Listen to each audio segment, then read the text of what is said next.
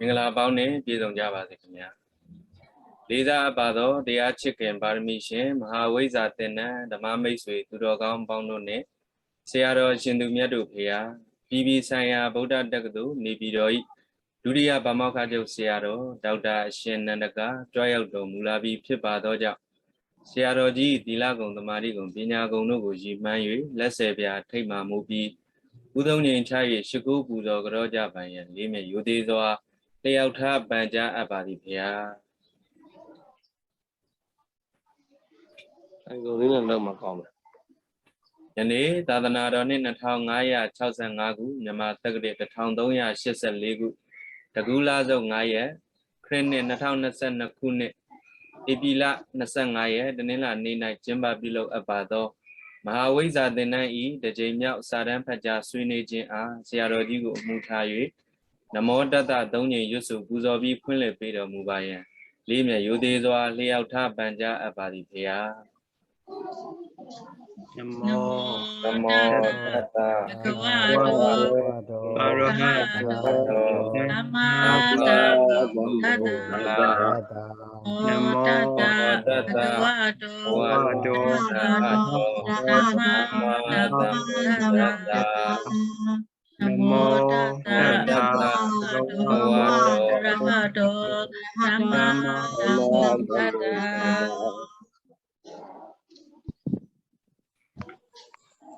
Uza Badama, Ugo Eugene, Parimau Saran, Pajasunibi, Searo, Shin Zodigago, Lime Yudizoa, Leauta, Panja Abadipia.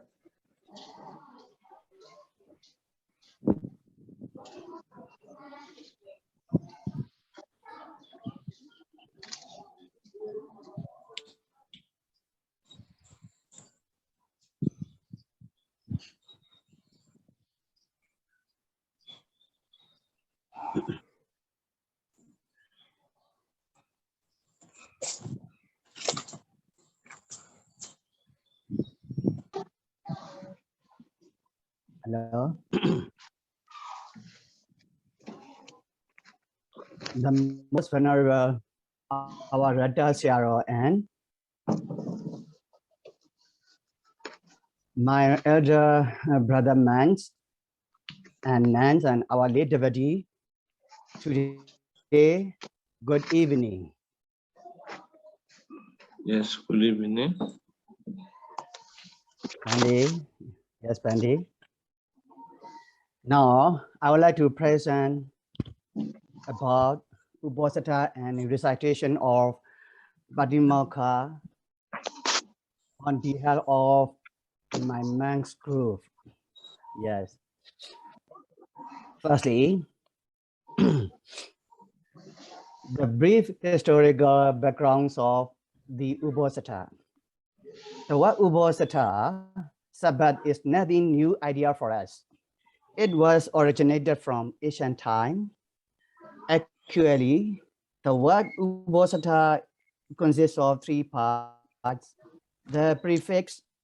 upa, root, the root vasa, and the suffix atha. According to the Vikaha, upavasanti ithadi uposatha. So, in Pali, the procedure of verbal presentation of the Patimokkha to the assembly of all the Sangha in a certain sima is called the Uposatha. This takes place on every full moon and every new moon. Obviously, Uposatha was a holiday originally for all, and then it has been changed as the religious day sometimes in later periods. Therefore, Uposatha is for purpose of social as well as the religious. In Buddha times too, Uposatha was widely used in the different ways. In Buddhist canonical texts, Uposatha is classified into three categories. Prakati Uposatha, the common Sabbath. Parijagra Uposatha, the before and after a day of any Uposatha day. These two has 12 days in a month. Patihariya Uposatha, long period Sabbath. Sometime It has 3 months or 1 month or 2 weeks long. And a Adetana Ubosata, observing and precept, etc., in according with observer inclination, no limit days. And then in Angodra Nigaya, it described that there are 3 types of Uposatha, namely Gobala Uposatha, combined Sabbath, Niganda Uposatha, contemporary teacher Sabbath, and Arya Uposatha, noble person Sabbath. Again, in Ingodra Nigaya, in Sakanibada, Uposatha Sutta, there are 5 kinds of Uposatha. They are Jamu Uposatha, during the time of observing Uposatha. 1 reflects Buddha's supreme qualities. And 2, Dhammu Uposatha. During the time of observing Uposatha, 1 reflects Dhamma, supreme qualities. And 3, Sanghu Uposatha. During the time of observing Uposatha, 1 reflects Sangha, supreme qualities. And 4, Silu Uposatha. During the time of observing Uposatha, 1 reflects his own purity. And finally, 5, Devadu Uposatha. During the time of observing precept, 1 reflects Deva virtues. In Buddha time, and then Uposatha and its location. For religious purpose, lay person can observe Uposatha in holy places such as Zedia, monastery and stupa, but the Buddhist monk require a specific place for Sangha duties, including Sangha Uposatha. It is known as Sima, boundary hall. That means a certain place for Sangha Uposatha held in twice in a month. And the Buddha promulgated or laid down the Vinaya rules, including the training precept as Patimokkha. The monks recited it for long life of the Buddha's dispensation. Here, I would like to express why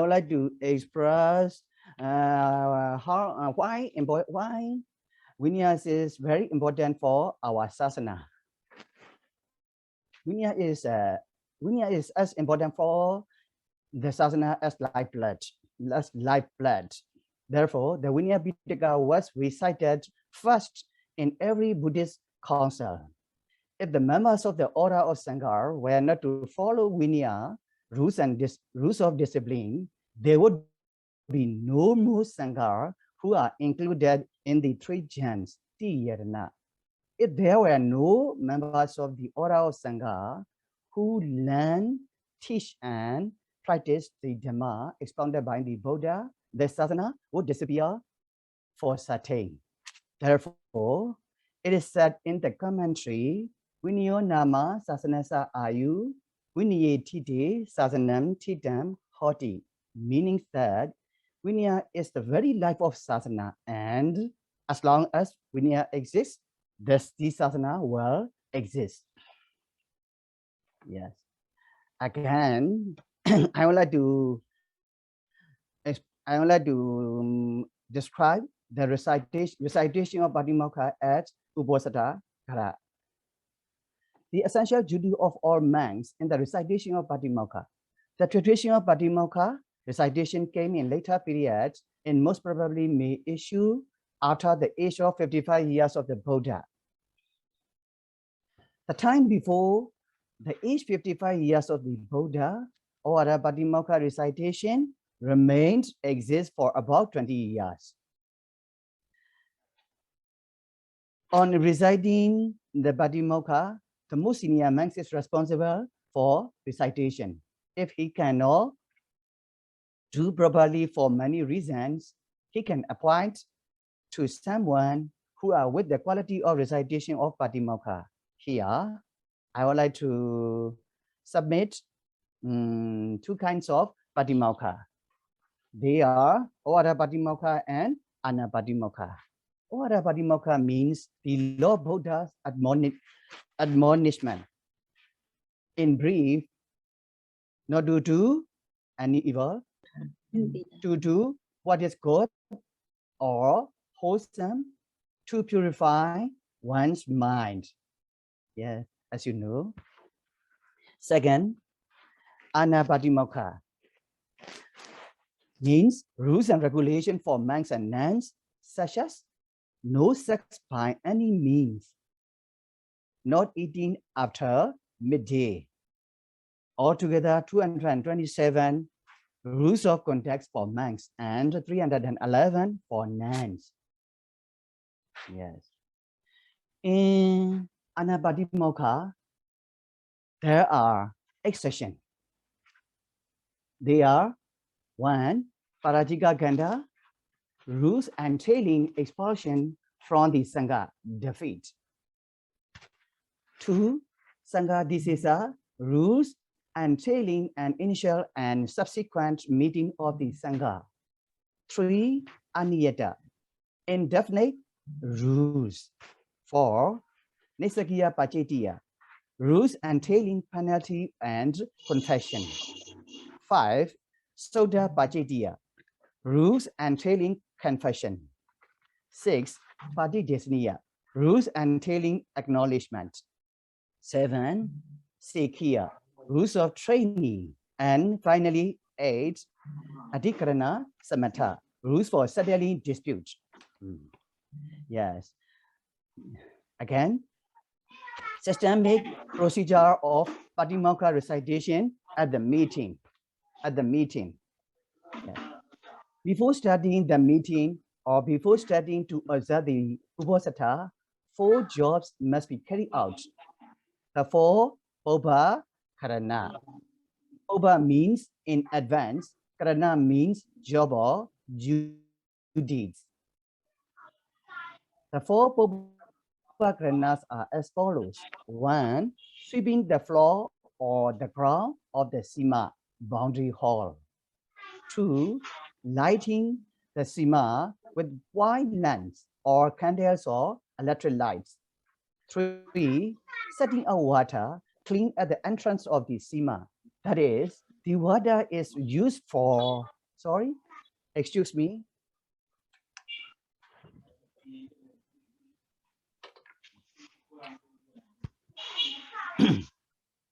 Sorry. 3. Setting out water clean at the entrance of the Sima.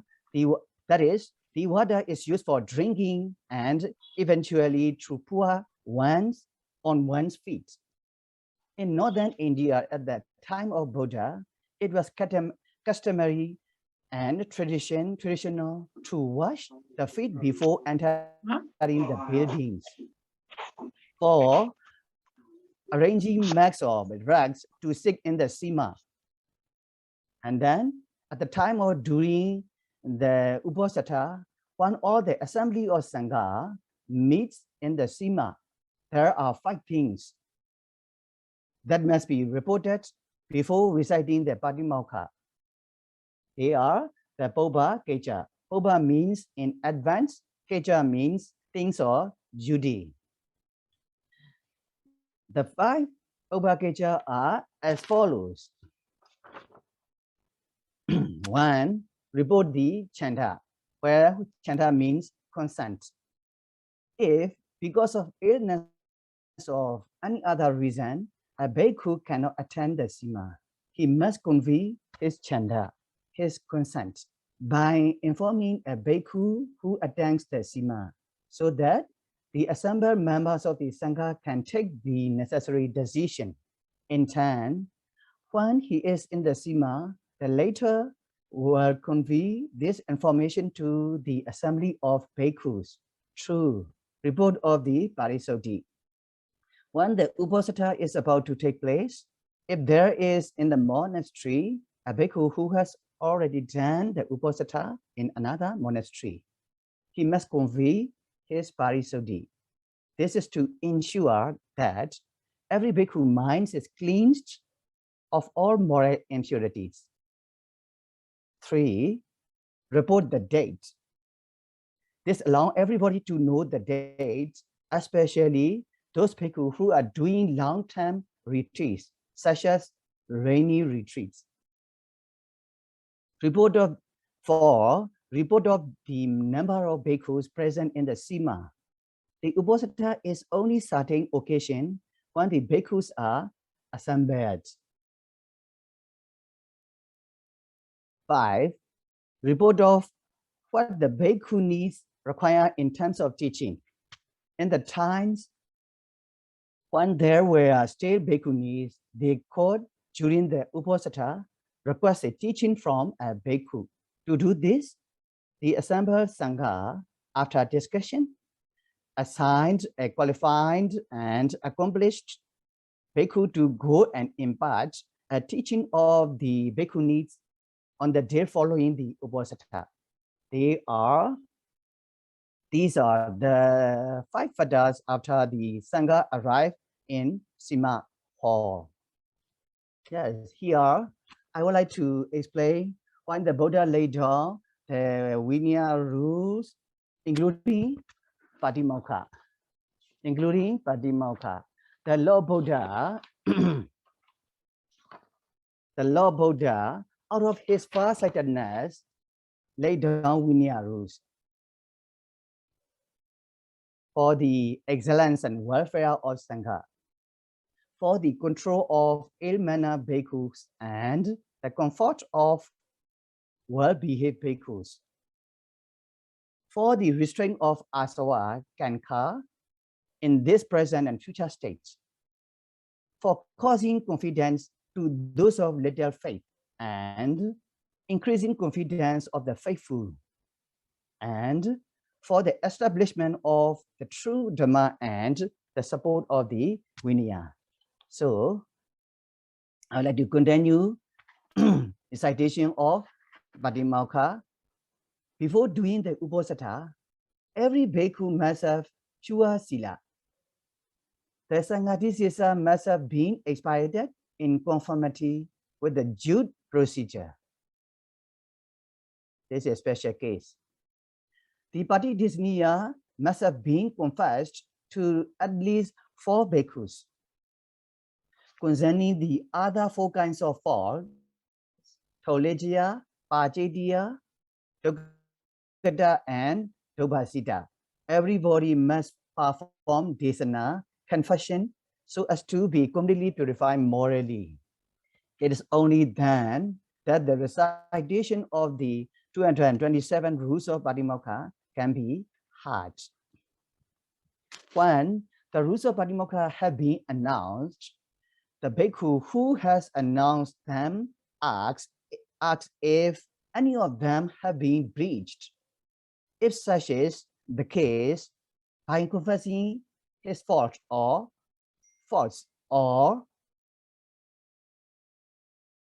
the bhikkhu must separate from the community. Having assumed his offense, he must purify it. If everyone remains silent, this indicates that none of the rule has been transgressed. And then the bhikkhu who has presented the Patimokkha then he declared that having given their silence, we may consider that the Sangha is pure. And if it is not purified by confessing each, once fall in Dukkhata offense. The consequence of Dukkhata offense is a danger of jhana, magga, and phala. Free of offense is the way to nibbana. So, in conclusion, the meeting of the Sangha to announce the Patimokkha or to recite the Patimokkha in each new moon and each full moon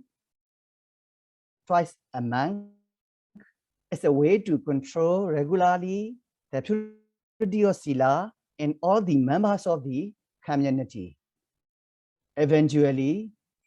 one can free from all kinds of suffering and will attain ultimate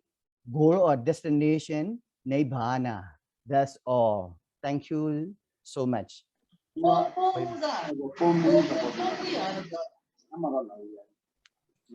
Sadhu, sadhu, sadhu. Thank you, Vinaya, for your presentation. Thank you very much for your excellent presentation about the recitation of Patimokkha and Ubostra as well. Yes, Please ask question. Now open the question section. If anybody, any question, please ask question. Or about 10 minutes, you know.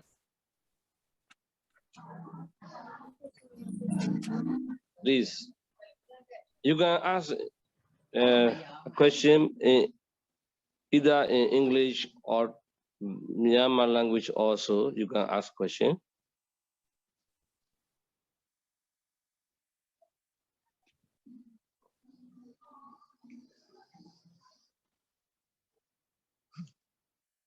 Anybody?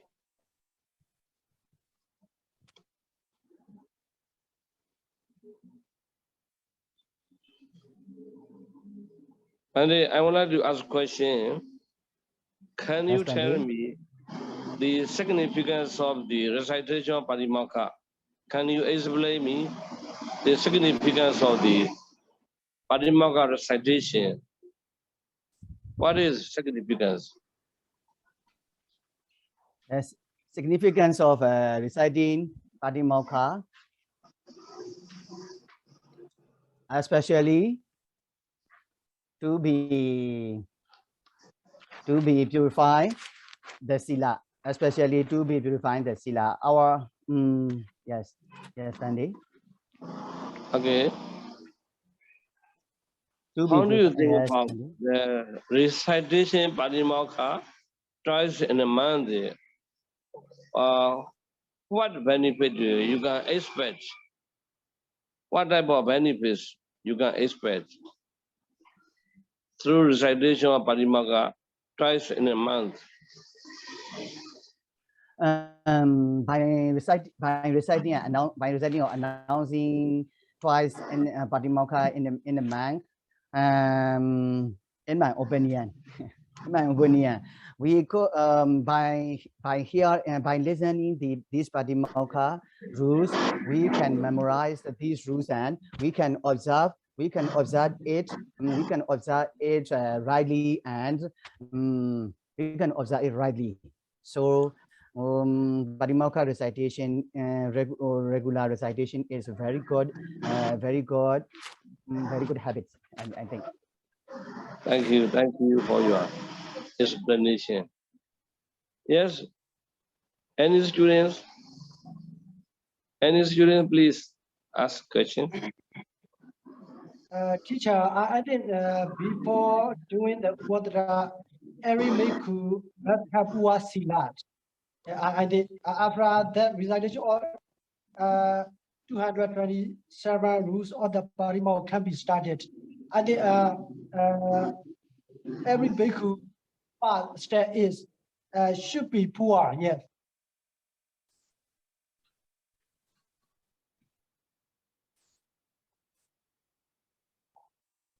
Pomo Uchoriga, I would like to ask you some question. My question is a little bit. I think it is easy for you, but it's difficult to understand. I think it's useful for every mass. So, what is the definition Sila and Patimokkha?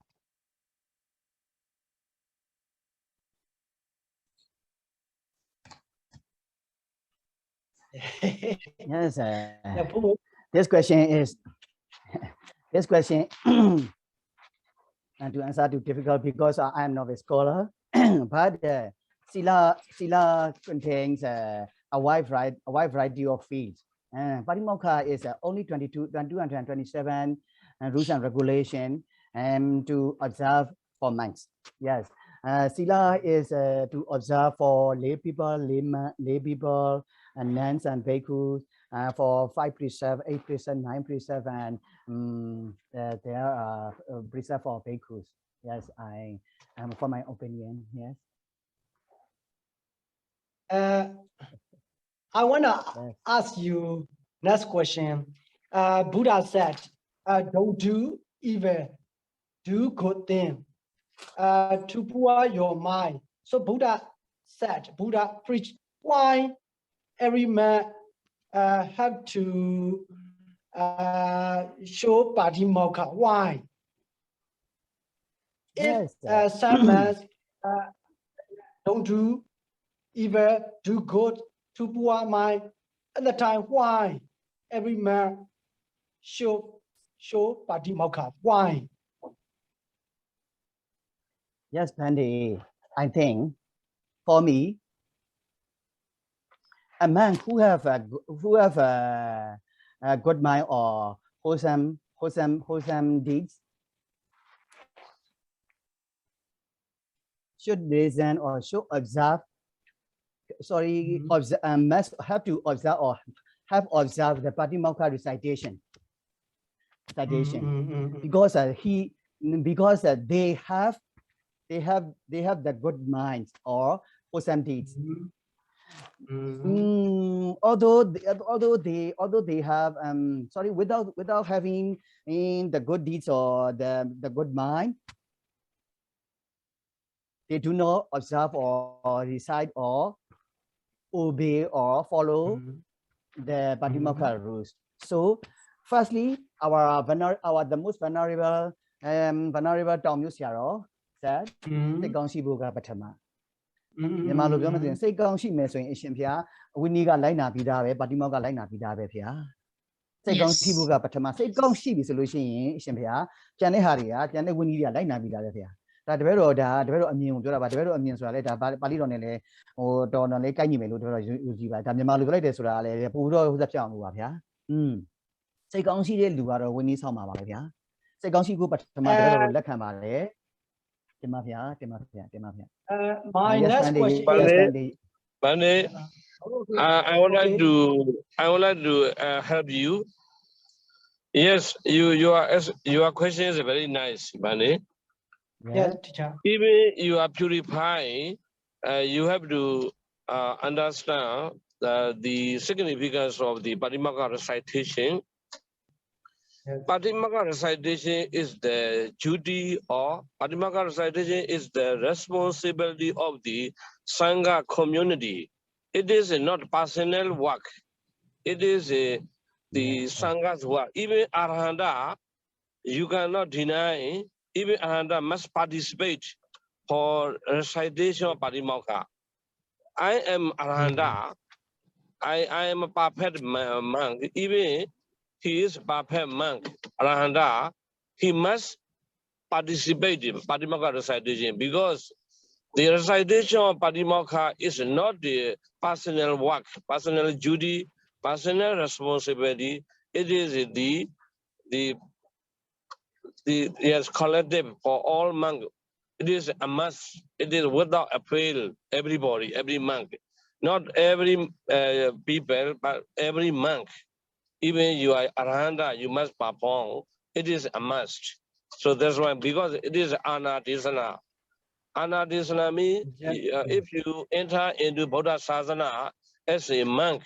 you must participate in this recitation of Patimokkha twice in a month without appeal. So that's why the responsibility of the Sangha, all the collective work must participate like this. Okay, thank you. Yes, Pandey, thank you so much. I want to ask you next question. How important to show Patimokkha? Patimokkha can support to belong Sasana. How important Patimokkha? Yeah, please explain me. Yeah.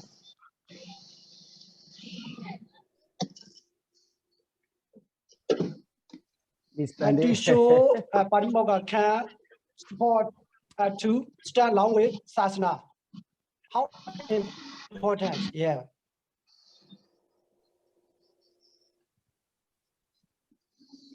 Yes. The recitation of please, Bande. Yeah. Please, Bande. Yes, I would like to for Ujodika. You know, Yeah. Please, Bande. Padimaka recitation is very important because you cannot think like this today. It was Buddha's time. The Buddha promulgated the Sekhabras, not at one place, in every place, scattered places. So, by recitation of twice in a month, because you can collect, not to forget the rules and regulations of the Buddha sadhana. This is very important. This is it. Without recitation, because those days there was no book, only oral tradition was going on. So that's why not to maintain as it is what the Buddha promulgated the Parimokha. So we need to be exact without losing a word, without missing a word. So we need to, we require for Parimokha because it is the Buddha said, no data Parimokha Abhinyata Sekhabara. There is no promulgation of any Sekhabara. There is no recitation of any Parimokha twice in a month. Those Buddha's dispensations will not be less long. Within short period, it will disappear. So that's why the Parimokha recitation is very important. For a long time, Buddha sadhana exists. Okay. Thank you, Bandi, your question. Yeah, thank you, teacher. Because Bande, in addition, Bande, in Metta Sutta, Silan Naitaya, Silan Paditaya, Sili Paditaya,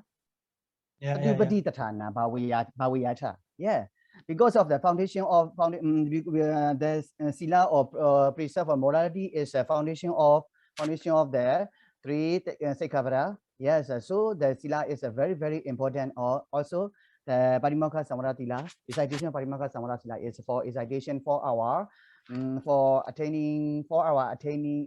achieving our ultimate goal, our destination, Nibbana. Yeah. Thank you. Yes, Sandy.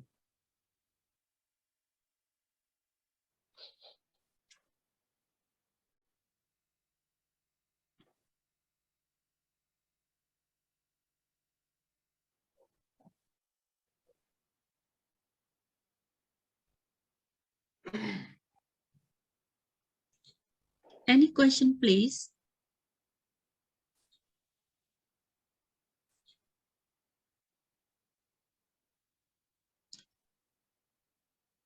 Any question, please?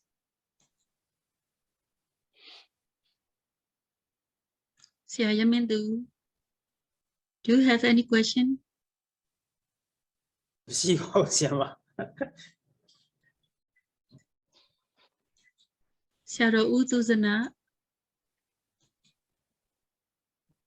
Utuzana, do you have any question? Hello, teacher. I don't have any question. All students, would like to invite you to ask any question. Hello, Honorable Zodika. When do you think Parimokha was done under Australia? Please. When do you think how was that and Australia?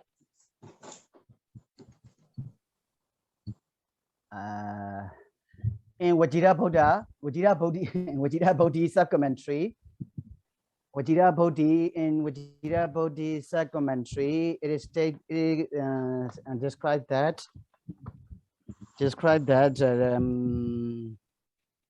to remind the monks prescribed rules allow the Lord of Buddha was 8 years of the Buddhahood.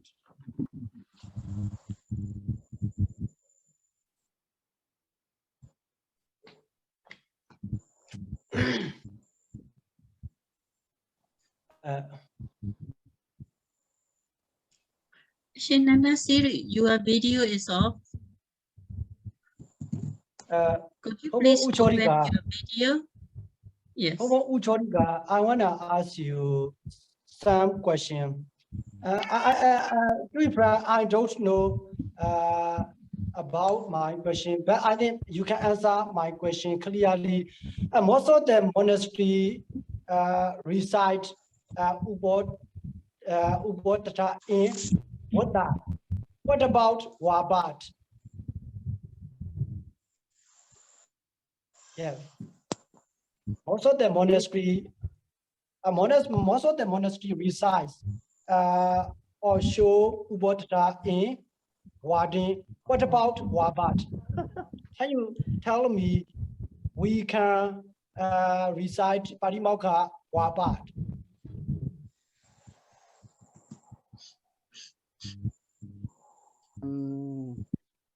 The Buddha promulgated to recite the Patimokha all the time, neither inner land or exterior land, or Wadwin or Wapa, neither Wadwin or Wapa. Yes. Twice a month, he laid down the rules and regulation to recite twice a month in the Gu or in Kasong or in Wazu or in Waga or in the Paul, all the time, twice a month, to recite twice a month. Buddha laid down the rules to recite twice a month. No Wadwin or neither no Wadwin or neither no Wadwin no Wapa. Yes. Only 5 summons. No, to recite all around the Buddha dispensation. Yeah.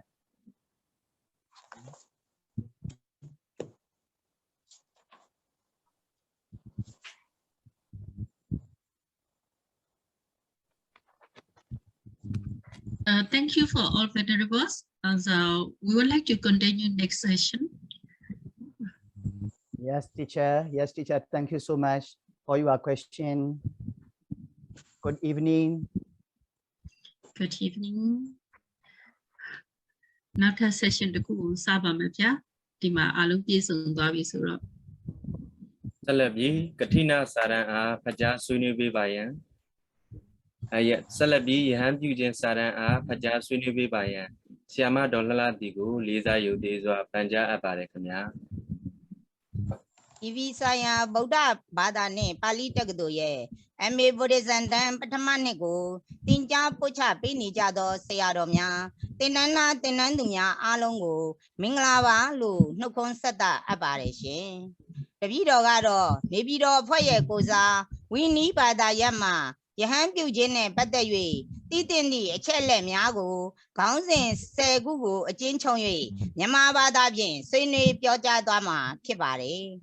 Buddha Myatsa, Dadanadoma, Adika Niama, Bamboo Penny Jade, Yahando Myaye, Yahan Pido, Niaha, a Yeti do Longango, Sayan, Nia Pide, Tidan Piama, Piti, Tayingane, Ninu Jayabame, Dineama, Tain Suragado, Nepe, Bancha to Kugo, Koraba, Tainigole, Yahando Myaga, Kamoa Sabie. First, the Motado Bada Day, Kamoa Sabi, Matamo Yabe, Bingo Gabin, Tame Jinny or Tate Sobi, Namu Quachatabare. Midi Tame Jitse, Taying a Lakanani, Nino Layin, Tame who do Simeon near the Kuache, the Mo Kanjayama, Chipade, Tira Wadama, Tayapi, Titan Tamiago, a Tom Yujabi, Mahaya Namado, the Mayo Miago, the Bessimia Pay. They appear a don't you that Jaragole, Lila, Tishiabare. They are dreamer, Yahampuyama, Tidilinga, Yama Sade, Mizima Dida, appearing to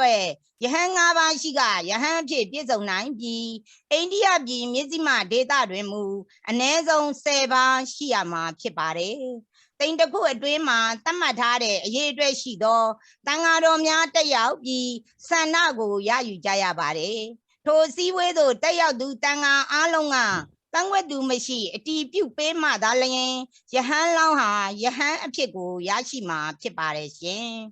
Nyaso Apiaye, Boda, Dadanama, Pinsa wegging, Yahan Pugaya, Chema, Satinge, P, Yata the Tetane, Tangajing as a leu, Bada wegging, Yinan Tonga, Sadi Pay, Tadana Pu Yahan Domia, a Sinsin, Tova, Lage Jabare. Tadana winner Yahan Yau Jamia, Pichado, Bekudo ha, a Ledagu Yan, Piquin, Yacha Dole, Mimata Pido, Beku Nidoma, a Ledagu, Piquin, Miyage Jababu. Mirado God me go down. Beku Nibilo Queen Yazian a day. A she Anandama the same. Kayens are Taumangaya Bare. Eddie now, Mamma. Yasambia Tama Bedo. Gruden Shipa Pinya Domyago, Lainaba me who. Mirado God me ma. Yanle shout target a day. Beku ni Tadanaha. Tonga Lagaya Bare. Mirado God me ne Dupala Jado. Tagi women the Mingaya delay. Beku mia Tama Tongsan Dine, Tamawaza Miabin, Beku Nia, Chilla Jabare. Yatoria Mibia, Kima Mibia, Sashi de, a Tedanza Miodamia Hale, Beku Niboago, Yaula Gejade Adre, Boda Miaswaye, Tadana Dogo, a Miodamia Bega, Gauzan Laye, Tadana ye, a Dayego, Tote Sege Jadagole, Trishi Yabare. Yahan Kamo Miosa Male. Yahan you boni senigo, chicken ye, Quebia Chana Jabare, A Beku, Chita la lo hudo, Nasabia is a god of ye, Yahan Chedu, Yaushidu, Tadanagomje, Yahan Chedu, but Nasabia, Owadago, Lakan the Pie, Shima Kataba, Quimbu adore Yahan Pie, Yatana Piso 9 adre, Topa got Damini adre, Quimbu adore Yahan Pie, Rudan Shipago, can you there adre? Mahabazabadi, Godami are Quimbu adore Yahan appear. Atagadi Myodami are the man they mad the same, Quimbu adore Yahan appear. Beku Dangatama the J, Beku ni Tangatama the J, Yati Stota, Gam Tuyare adre, Nyane, Gamawaza, Shitjang Pama, Yahan Chedo, Beku Nia. Yati Stoka, Gambia, Yahan Chedu, Sadi J, Shimio Pip, Shibi, Yakukimado, Yati Stota, Yahan Tamyode, Shibadore. Daja, Yahan Pubo Shinima, Yakinga, Myotamia Adre, Yahan Pugo Nani Shige Dole, Yakukima, Tanida, Shibare, and Myodamia Adremu, Tony Shige Bare, Yakukima, Tera Wada, Boda Badama, Yahama Nine, Mishidobe, Mahayana Bemba, Yahama Nine, Shide, Luli Layabare, a ye chimpede, Yahan Lamia Pia Andre, Yebuya Abje, but it done in the gua, then a say, Pidu Pia Jane. Parazika Jabidu Mahoya Jane, Pandosa do Yahama Pitai do Satayao de Mabawea Jane Sare, Inga Yamiane, Adiga Bizo Yabare, Yahan Lambema Bizo Yami, Inga Yama, and Ezo the Sat Donja Shibi, a desa in Avian Lilami Subaga, Nuna Ayama, Kyude na Bana Sonane, where you sare, Yunano, Ana Sare, Anadi Namuruga, Kiabame. Luda Egan Piabame, Yauja Sense Piabame, Tujo Pima, Lola Dule Piabame, Jimmy Medeno, Dancing Singedo du Piabame, Minga Yauja Moho Dule Piabame, Chikayin, Quinza Bashiama Pibareshe, Mibaroga, Jiji Nana, Quino Adule Piabame, Atenase Piedu Piama Pipi, go by the baiting and Piezondu Piabame. Yahan Pujajan, Jaya Miago, Lila Jijayama, Namyo Shidago, Tuyabame, Tata Babsida, Yongi Jinjao, Yahan Pudu, Pinya Babsida, Pinya Jao, Yahan Pudu, Paya Babsida, Pibe Jao, Yahan Pudu, Mio Pala Babsida, Mio Mipa Yoya, Sela Jao, Yahan Pudu ne, Don't love Babsida, Yagedo, Yahan Pigo, Yalu Dojao, Yahan Pudu, Kipare. Chitaro, Yati Stoda Gamian, Yahan Pu Beijing, Yahan Pu Beijing, Yahan can Beijing, Napia, Quintido Mugi, who we need Mahawana, Yasabiashi, Maymodo Mujeya, Tadana bound, we have Laja Dunyago, Yati Stoda, Gamawa Sapina, Yahan Pu Bejabare, Uba Dambraka, Almina Zayane, Yahan Bawa, Don Lavado, Kaunza, Yashi Zaya Adre. Yahan Long ne Piezonye, Yahan Long Piezonye, ညက်ကမဝါစာတိမ်ပြည့်စုံခြင်းနဲ့တန်ခါပရိသတ်ပြည့်စုံခြင်းဟူသောအချက်၅ချက်အင်္ဂါ၅မျိုးနဲ့ပြည့်စုံကြရမှာဖြစ်ပါတယ်ယဟန်ခံကိစ္စကိုအောင်မြင်အောင်ဆောင်ရွက်ပေးလို့တဲ့ယဟန်ဟာအရေးချင်းပြည့်တဲ့ယဟန်လောင်းပုဂ္ဂိုလ်အရေးချင်းပြည့်တဲ့ဥပ္ပဇေဆရာအရေးချင်းပြည့်တဲ့ကမဝါဆရာယဟန်ခံကိစ္စအတွက်ပြည့်စုံလုံလောက်သောကာရကတန်ခါစတဲ့ဤအချက်တွေကိုပြည့်စုံအောင်ကြိုတင်စီမံထားရမှာဖြစ်ပါတယ်အဲ့ဒီနောက်တိမ်ထဲမှာတပြက်စီလဲခြင်းစင်မီထွညစ်ခြင်းတောက်ရည်သုံးရည်တည်ထားခြင်းနေရာခင်းခြင်းစတဲ့ပုပ္ပကရဏ၄ပါးကိုလည်းစီစဉ်ထားရပါမယ်ဤသို့လျင်ကြိုတင်ပြုစင်မှုများပြုတင်သည်များကိုပြည့်စုံစေပြီးယဟန်ခံကိစ္စကိုဆောင်ရွက်ရမှာဖြစ်ပါတယ်ဥပသမ္ပရကံဆောင်ကြရမှာလဲရှေးဥစွာယဟန်လောင်းကိုဥပ္ပဇေယူစေခြင်းအမိမဲ့ခြင်းယဟန်လောင်းကိုသူပိုင်တပိတ်သင်္ကန်းများပြောကြားခြင်းယဟန်လောင်းကို2000တွာအရက်အပြင်ဘက်သို့ထုတ်ခြင်းယဟန်လောင်းအားတင်ပြရ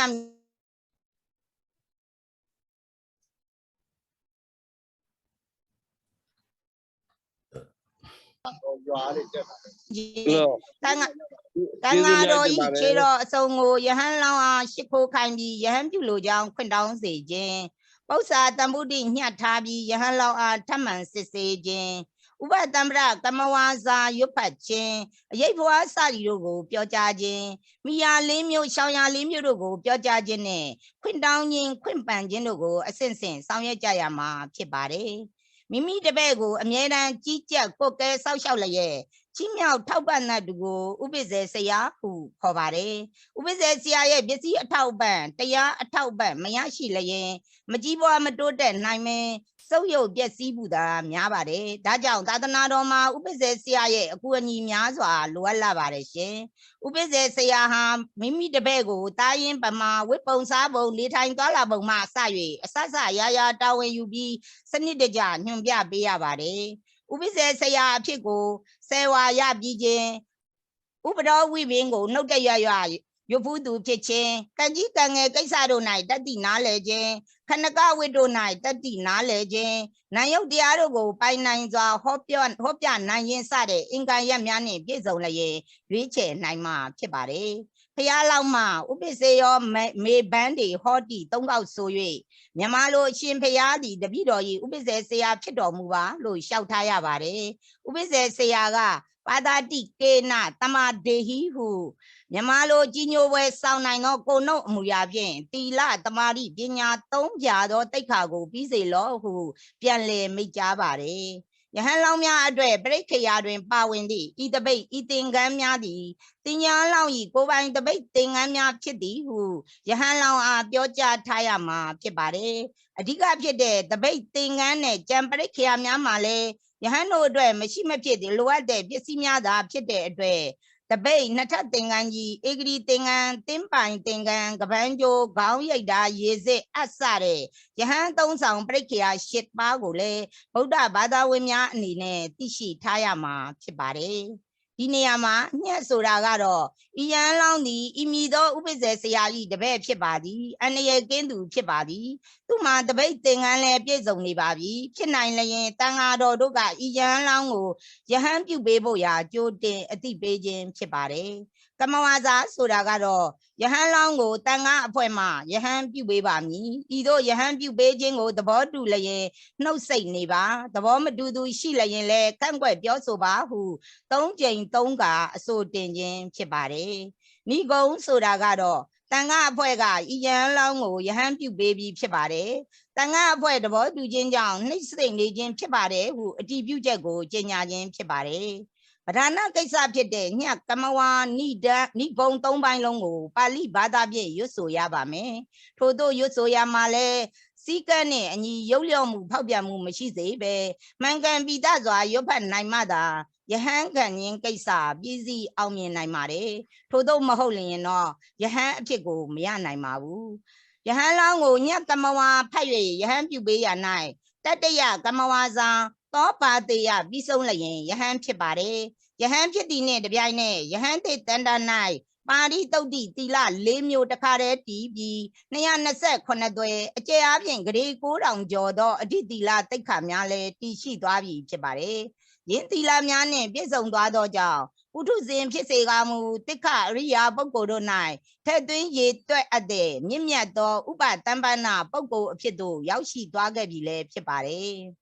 ယဟန်ပြုပြီးနောက်ယဟန်ငါညင်းဆိုင်ရာအချက်လက်များကိုယဟန်သိအားဖတ်ပြရပါတယ်ရည်ရွယ်ချက်ကတော့အချင်းချင်းကြီးသူအပေါ်အယိုသေးပေးနိုင်ရန်ဖြစ်ပါတယ်ရှင်အနိကဆရာတော်မှလည်းဩဝါဒချီးမြှင့်ပေးရပါတယ်ပြုဝဲဆောင်ရန်၄ချက်ကြောင်ရမည်အချက်၄ချက်တို့ကိုလည်းသင်ကြားပေးရပါတယ်ဆောင်ရန်အနေနဲ့စွန့်သင်္ကန်းကြောင်းစေးဆိုတဲ့ပစ္စည်း၄ပါးကိုဘလို့သုံးဆွဲရမယ်ဆိုတာရှင်းလင်းသင်ပြပေးရမှာဖြစ်ပါတယ်ရှောင်ရန်လေးမျိုးဖြစ်တဲ့မေထုံမိဝဲခြင်းသူတစ်ပါးပိုင်ပစ္စည်းကိုခိုးခြင်းလူအသက်ကိုတတ်ခြင်းမိမိတန်တန်ဝဲတကယ်မရှိသောမက်ဖို့တရားများကိုလိမ်လည်ပြောဆိုခြင်းစတဲ့ပါရာဇိကပြစ်မှုမျိုးကိုကျူးလွန်မိလျင်တော့တခါတည်းယဟန်ဘဝဆုံးရှုံးသွားပြီးတဖန်ယဟန်ကောင်းဖြစ်အောင်ကုစား၍မရနိုင်တော့ကြောင်းယဟန်သင်များအားတင်ကြားပေးရမှာလည်းဖြစ်ပါတယ်ယဟန်ခံပွဲများပြီးနောက်တိမ်စင်းလောင်းလူပွဲများဟာလည်းရိုးရာဓလေ့တစ်ခုအနေနဲ့တည်ရှိနေပါတယ်ရှင်ကုသိုလ်အကျိုးကိုရယူလိုကြတဲ့ယဟန်တစ်ကိုဒါနပြုခြင်းလည်းဖြစ်ပါတယ်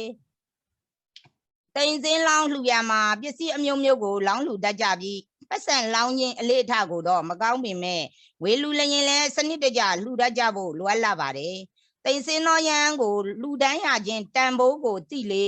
ကိုယ့်အတွက်တန်ဖိုးရှိလေဖြစ်တယ်ဆိုတာဗုဒ္ဓဘာသာဝင်များသိရှိထားကြဖို့အရေးကြီးလာပါတယ်ထေရဝါဒဗုဒ္ဓဘာသာယဟန်ပြုပွဲနဲ့အခြားသောဗုဒ္ဓဘာသာယဟန်ပြုပွဲများဟာအနည်းငယ်ကွဲပြားသည်ကိုလည်းသိရှိရပါတယ်တခြားမှာရောထေရဝါဒနဲ့တူသလားလို့မေးလာခဲ့ရင်ယဟန်တော်များရဲ့ဝိနည်းနေဖြင့်တူသည်လည်းရှိ၍မတူသည်များလည်းတွေ့ရှိရပြီးသိက္ခာပုဒ်အနေနဲ့60ပုဒ်တူသည်ဟုလေ့လာခဲ့ရပါတယ်ရှင်ယဟန်ဖြစ်ပြီးယဟန်တော်များကိုဆယ်ဝါရတဲ့အခါမှာအနိကဆရာအဖြစ်တဆင့်ပြန်လဲယဟန်ပြုခွင့်ပေးပါတယ်သာသနာအတွက်အရေးကြီးသောယဟန်သည်ကောင်းသောအရေးချင်းများနဲ့ပြည့်စုံရမှာလည်းဖြစ်ပါတယ်ရှင်သာသနာတော်တွင်ဆရာကဏ္ဍသည်အလွန်ပင်အရေးကြီးလာသလိုဆရာကျင့်ဝတ်နှင့်တပည့်ကျင့်ဝတ်များသည်လည်းလူသားများအတွက်ဟောထားတော်မူသည်များတဲ့ပို၍အသေးစိတ်လာပါတယ်သာသနာတော်တွင်ဆရာတပည့်ဆိုသည်မှာသားအဖတပွဲပင်ဖြစ်နေသောကြောင့်ယဟန်ဘဝလိုက်နာကျင့်သုံးရမည်ဝိတရားများကိုမလစ်ဟင်းစေရန်နဲ့လင်းမှုရှိကတက်တာမှုရစေရန်ဆရာကလမ်းညွှန်ချက်များကိုရှင်းပြသွန်သင်ပေးရပါတယ်ဥပိ္ပဇေဆရာနဲ့ကမ္မဝါဆရာတို့ဟာယဟန်လောင်းများအတွက်ယဟန်ဖြစ်အောင်ချီးမြှောက်ပေးကြတဲ့ဆရာရင်းများဖြစ်ကြပါတယ်ယဟန်ခံရမှာတန်ခါအရေးအတွက်ပြည့်မီအောင်ပါဝင်သူကာရကဆရာတော်များသည်လည်းယဟန်တည်းရဲ့ကျေးဇူးရှင်များပင်ဖြစ်ကြပါတယ်သာသနာတော်အတွင်းမှာဆရာတပည့်အချင်းချင်းဆက်ဆံရေးဝတ္တရားများရှိနေကြပြီးဝတ္တရားမကြေပွန်လည်းရင်အဘတ်အပြစ်ဖြစ်ရုံမကသီလကိုလည်းဖြည့်ကျင့်သည်မမီပါသီလမစင်ကြဲကစိတ်တည်ငြိမ်မှုမရှိဘဲမဲ့ဖို့နိဗ္ဗာန်ကိုလည်းမရနိုင်တဲ့အတွက်ဆရာတပည့်တို့ဟာတောင်းဝင်ကိုစီဖြည့်ကျင့်ကြရပါမယ်ကျေးဇူးများသောဆရာယဟန်ကယဟန်တစ်ကိုပစ္စည်းထောက်ပံ့ပေးရမှာဖြစ်တယ်လို့တပည့်ယဟန်ကလည်းဆရာကိုဝတ်ကြီးဝတ်ငယ်ပြုစုရမှာပဲဖြစ်ပါတယ်ရှင်ဗုဒ္ဓမြတ်စွာသာသနာတော်မြတ်ကြီးအရှိတည်တဲ့နိုင်စေရေးအတွက်ဆရာတော်ကြီးများကစွမ်းနိုင်တဲ့၍ပံ့ပိုးဆောင်ရွက်ပေးနေကြသလိုတပည့်သားတန်ခါများကလည်းအထက်အောက်ရိုသေစွာဖြင့်တန်ခါဝိနည်းများကိုစနစ်တကျလိုက်နာကြပြီးပရိယတ္တိသာသနာပရိပတ်တိသာသနာနှင့်ပရိဝေဒသာသနာစတဲ့သာသနာ၃ပြာကိုအရှိတည်တဲ့နိုင်စေရေးအတွက်ယဟန်ခံပွဲများကိုစနစ်ကျစွာပြုလုပ်ပြီးသာသနာမျိုးဆက်တစ်များကိုမွေးထုတ်နိုင်ကြပါစေကြောင်းတောင်းစုချွေရင်းယဟန်ခံခြင်းဆိုင်ရာအချက်လက်များဆွေးနွေးခြင်းကိုဏိဂုံးချုပ်အပ်ပါတယ်ရှင်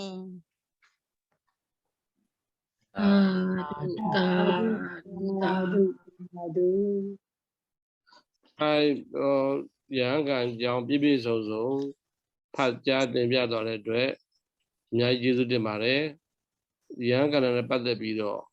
မေးစရာရှိတဲ့မေးခွန်းများမေးစရာရှိမယ်ဆိုရင်လည်းမေးနိုင်ပါတယ်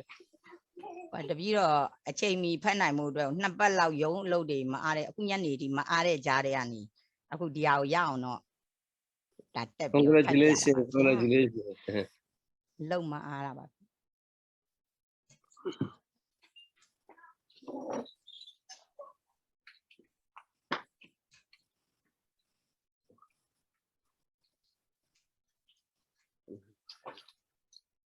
ဒီအောင်မှတပည့်တော်တို့အင်္ဂလိပ်လိုဘာသာပြန်မှာမယ်ဗျစံမေးပွဲအတွက်ကတော့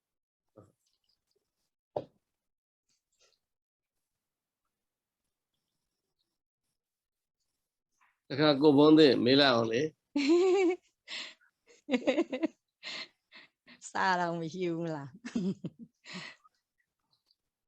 တပည့်တော်အဓိကရည်ရွယ်ချက်ကတော့ဟိုပထမဆုံးအချိန်လည်းဖြစ်ပါတယ်ဗျာဒီဥစ္စာကပထမဆုံးအချိန်ဖြစ်တော့တပည့်တော်ကစာမရှိလိုက်ဘူးပေါ့နော်တပည့်တော်တို့ရဲ့သင်ကြားပုံအသစ်ဖြစ်တော့စာမရှိလိုက်တဲ့အချိန်မှာဒါစာကိုကျောင်းသားတွေအတွက်ရှိအောင်အဓိကစုပေးတာပါဗျာဒါအတူပါဗျာ15မိနစ်ဆိုတော့အရှိဆိုရင်နာရီဝက်လောက်ပြောရမှာဖြစ်ပါတယ်ဗျာအဲ့ဒါကိုစုပေးပြီးမှတပည့်တော်တို့အင်္ဂလိပ်လိုဘာသာပြန်မှာမယ်ဗျာအင်္ဂလိပ်လိုဘာသာပြန်ပြီးစံမေးပွဲမှာတော့အင်္ဂလိပ်လိုဖြည့်ဆိုမှာဖြစ်ပါတယ်ဗျာဟုတ်ကဲ့ပါ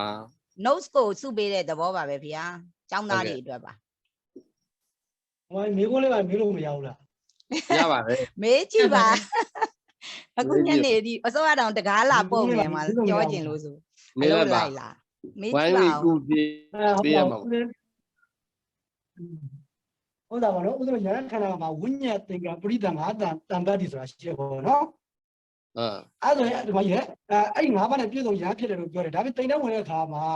ရဟတို့ဘာရောက်ဆုံးမတာတယ်ပေါ့နော်အဲ့မဆုံးမပဲရဟခံရောမဖြစ်နိုင်ဘူးလားအဲ့ဒါဥစဉ်တစ်ချက်တော့ရှင်းပြပေးပါလား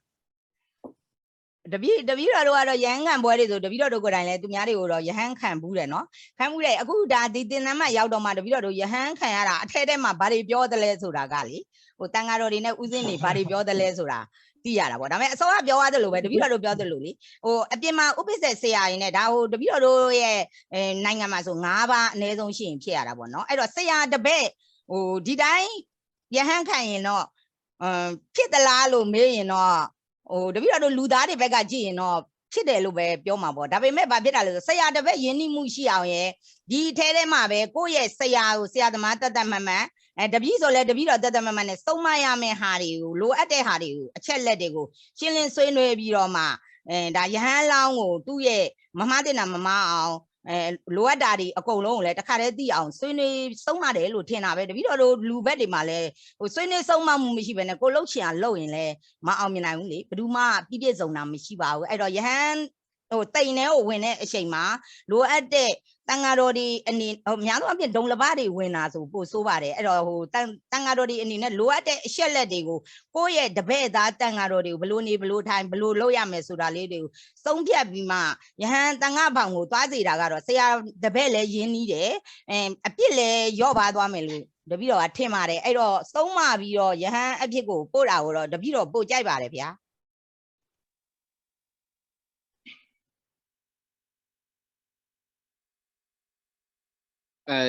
မေးပါမေးကြပါ